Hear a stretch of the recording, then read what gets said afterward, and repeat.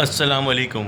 उम्मीद करता हूँ लोग सब खैरियत से होंगे, जहाँ भी होंगे मज़े में होंगे और फिट फाट होंगे। आज मैंने सोचा आप लोगों से एक टॉपिक पर डिस्कशन की जाए। वो ये है कि मैं अभी करंटली कुछ कार सर्च कर रहा था। मैंने देखा पाकिस्तानी मार्केट में जो बहुत बड़ा रेवोल्यूशन आने वाला है। क्यों? क्योंकि पाकिस्तानी मार्केट में ग्रेजुअली और एकदम से, यानी कि ग्रेजुअली अब पहले शुरू हुआ, लोगों ने इसको समझा नहीं, अब उसको अंडरस्टैंड करना शुरू हुआ है कि इलेक्ट्रिक कार यानी जो ई कार्स हैं वो इतनी तेज़ी से टेक ओवर कर रही है पाकिस्तानी मार्केट में कि जो बड़े बड़े ब्रांड्स हैं अब उनका डाउनफॉल शायद शुरू हो जाए। अब होता क्या है, इसके रीज़न्स क्या हैं, हम इसके पहले बेनिफिट्स के बारे में बात करेंगे, फिर ई कार्स के ड्रॉबैक्स के बारे में बात करेंगे। नंबर वन, बहुत बड़ा ब्रांड एक BYD के नाम से पाकिस्तान में आया। अब मैं ब्रांड का नाम इसलिए ले रहा हूँ क्योंकि वो ब्रांड एकदम से इतना पॉपुलर हुआ है, उसकी बहुत सारी गाड़ियाँ जो कि one of my favourite cars हैं उनमें से एक बन गई है। इसका एटो 3, एटो 2 वर्जन, एटो 3, एटो 4 बहुत बहुत शानदार गाड़ी है। उसमें क्या होता है कि आपकी फ्यूल तो होता है नहीं उसमें, ठीक है, चार्ज करो और अराउंड 300 किलोमीटर्स तक उसका एवरेज होता है, ठीक है, और चार्ज में यहाँ से वो 2 या 4 यूनिट में आपकी बिजली की वो चार्ज हो जाती है। यानी कि फ्यूल एवरेज, जो फ्यूल का आपका ख़र्चा है वो ऑटोमेटिकली कट डाउन हो जाता है, ठीक है, लेस एक्सपेंसिव है, ठीक है, यानी कि जो हमारे बड़े बड़े ब्रांड्स हैं उनसे कहीं ज़्यादा सस्ती होती हैं, ठीक है। फ़ीचर्स जो हैं गाड़ी में, ई कार्स में, इलेक्ट्रिक कार्स में बहुत ज़्यादा होते हैं, ठीक है, जैसे ऑटो पायलट का सिस्टम, अच्छा, पार्किंग सेंसर्स, ठीक है, बैक ब्रेक का सेंसर्स, ठीक है, नेविगेशंस बहुत ज़्यादा ज़बरदस्त होती हैं। अच्छा, उसकी जो ब्रेक सिस्टम है वो बहुत ज़बरदस्त होता है, ठीक है। बहुत सारी चीज़ें ऐसी हैं कि वो ब्रांड्स को भी पीछे छोड़ गई हैं, ठीक है। अब प्रॉब्लम ये आती है कि जो ई कार्स हैं उनका ड्रॉबैक्स क्या है। ई कार का सबसे बड़ा ड्रॉबैक ये है कि इसके जो चार्जिंग यानी कि स्टेशंस हैं वो बहुत लिमिटेड है कराची में, ठीक है। इवन कराची में नहीं, पूरे पाकिस्तान में बहुत लिमिटेड है। इफ़ किसी को शहर से बाहर ट्रैवल करना हो, यानी कि कराची से कोई कराची में रहता है, उसको किसी और शहर जाना है, लेट्स सपोज हैदराबाद जाना है या उससे थोड़ा आगे जाना है, तो उसको 300 किलोमीटर अराउंड तो रेंज मिल जाएगी, लेकिन उसके बाद उसको कहीं ना कहीं रुक के अपनी गाड़ी को किसी स्टेशन में जाके चार्ज करना पड़ेगा। और हाईवे पे जो ये मोटर बेस जितनी बनी हुई है वहाँ पे आपके ई चार्जिंग स्टेशन ना होने के बराबर है, ठीक है। एक सबसे बड़ा ड्रॉबैक ये हो गया।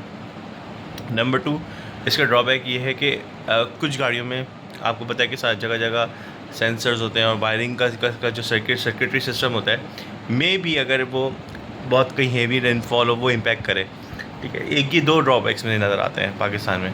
अच्छा, पहले ये होता था कि जो ब्रांडेड कार्स आती थी, जो बाहर से आती थी, जिसको हम ब्रांडेड कार्स कहते थे, जिसको जैपनीज़ कार कहते थे बेसिकली, तो वो कम फीचर्स में, बहुत कम लिमिटेड फीचर्स में बहुत एक्सपेंसिव होती नहीं। इस वक्त अगर आप उठा के देख लें 600 सीसी गाड़ी जो जैपनीज़ है वो अराउंड 30 से, यानी कि 25 लाख से 50 लाख के दरमियान मिलती है।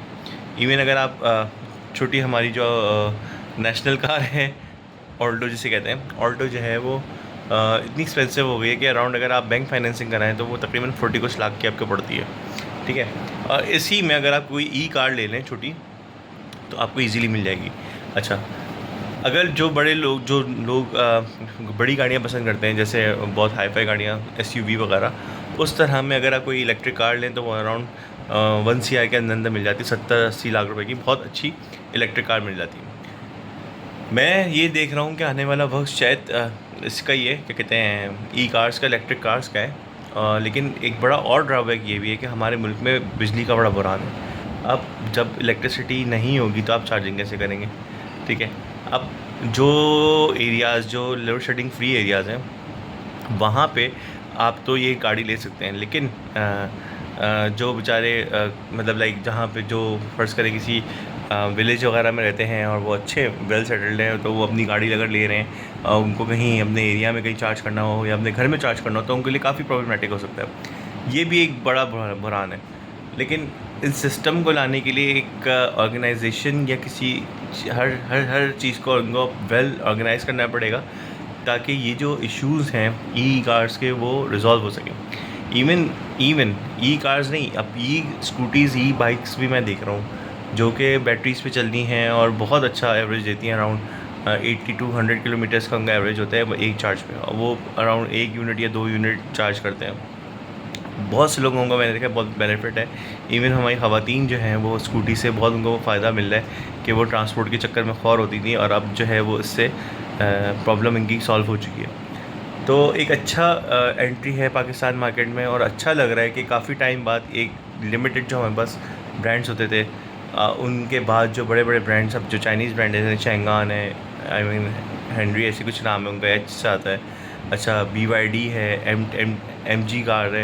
इन्हीं ने जब से एंट्री की है, ये इनको एक शौक तो मिला होगा और इनकी सेल भी शायद कम हुई होगी, लेकिन वन सकें मुझे लगता है कि जितने इनके फ़ीचर्स आ रहे हैं, थोड़ी सी पायदारी अगर ई कार्स की हो, यानी कि उनकी बॉडी वाइज, स्ट्रक्चर वाइज मजबूत हो तो और अच्छा हो जाए। पर्सनली मुझे लगता है कि जितना बेनिफिशियली ई कार्स हैं, मुझे जो मैं जो चाहूँ कि वो मैं हाइब्रिड कार पे जाऊँ, क्योंकि अगर आपके पास दोनों ऑप्शन होंगे, अगर फ़र्ज़ करें आप बैटरी बैकअप पे भी चलाएं और उसको अगर आप किसी बड़े हाईवे वगैरह पे जा रहे हैं तो आपके पास फ्यूल बैकअप भी होना चाहिए ताकि आपको कोई प्रॉब्लम ना हो। Once if you are travelling with your family, you just need to have your car filled with fuel, ताकि आप किसी रास्ते में किसी भी तरह से आप किसी को प्रॉब्लम आपको या आपकी फैमिली को फेस करना ना पड़े। तो अब देखते हैं कि ये मार्केट कहाँ तक जाती है। और अभी तो मैं जब जगह जगह देख रहा हूँ, क्योंकि मैं तो खैर काफ़ी ट्रैवलिंग करता हूँ इधर से उधर, तो कभी इस एरिया में मेरी पोस्टिंग होती है, कभी इस एरिया में होती है, तो मैं देखता हूँ बड़ी बड़ी जो ई कार्स हैं, बड़ी खूबसूरत वो रोडों पे चल रही हैं। और ज़्यादातर मुझे जब ई कार्स नज़र आ रही हैं, पहले तो बहुत लिमिटेड नज़र आती थी, लेकिन लास्ट 1-2 महीने में मैंने काफ़ी इनमें देखा है कि ई कार्स जो है वो पाकिस्तान में बहुत ग्रेजुअली नज़र आ रही हैं। उम्मीद करता हूँ कि आप लोग को ये मेरी वीडियो पसंद आई होगी, और अगर आप मेरी बात से मुत्तफ़िक़ हैं तो कमेंट में ज़रूर बताइएगा। अपना बहुत सारा ख्याल रखिएगा, चैनल को सब्सक्राइब करें। अल्लाह हाफ़िज़।